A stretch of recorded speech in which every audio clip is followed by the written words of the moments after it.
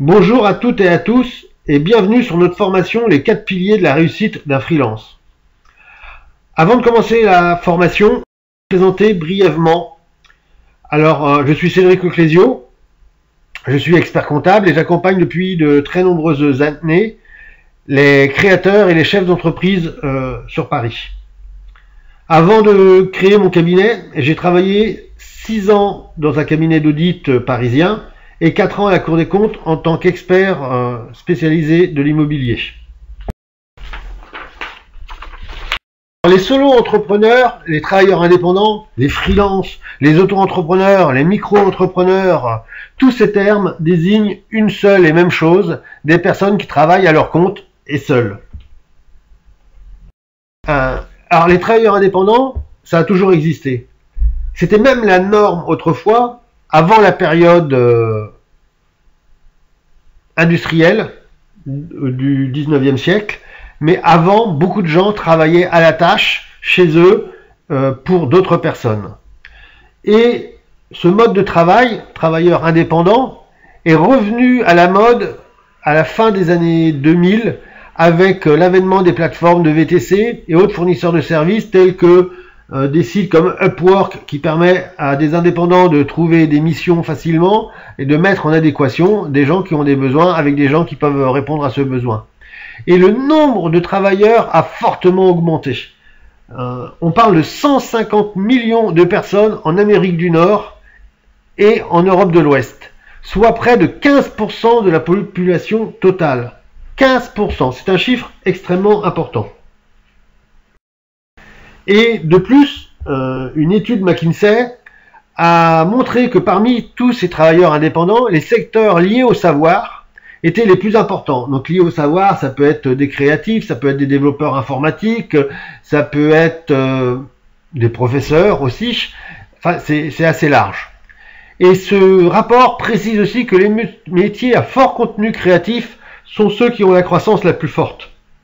Et c'est intéressant parce que il y a plein de métiers qui sont impactés par la digitalisation, mais les métiers créatifs restent protégés encore par de l'informatique. Parce que l'intelligence artificielle peut remplacer des travails de comptable, des travails d'avocat, mais a encore du mal à remplacer les travails de créatifs pour créer quelque chose d'original.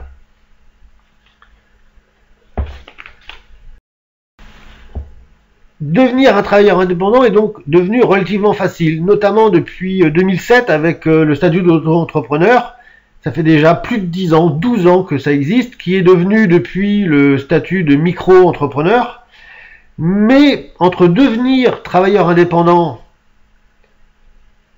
et réussir en tant que travailleur indépendant, il y a un très grand pas, voire même un fossé. Créer sa structure juridique est presque la partie la plus facile pour devenir auto-entrepreneur ou devenir travailleur indépendant. C'est contrairement à l'idée de beaucoup de gens qui disent moi ce qui me freine pour me lancer c'est la complexité de créer ma structure. Alors micro-entrepreneur c'est très simple, mais créer une entreprise comme une SARL, une EURL, une SASU, une SAS ou une entreprise individuelle c'est relativement simple. Il n'y a pas grand chose de compliqué. Mais faire de son entreprise une réussite, c'est quelque chose de compliqué. Et il suffit de regarder le taux de survie à 3 ans des micro-entrepreneurs. Pourquoi ce taux de survie? Parce que les micro-entrepreneurs, c'est la structure la plus facile à créer. Et pourtant, le taux de survie à 3 ans est plus faible que pour les sociétés. Ça montre que la réussite financière n'est pas facile à atteindre et que la réussite financière ne dépend pas du tout de la création de son activité. Mais il y a des freelances qui réussissent.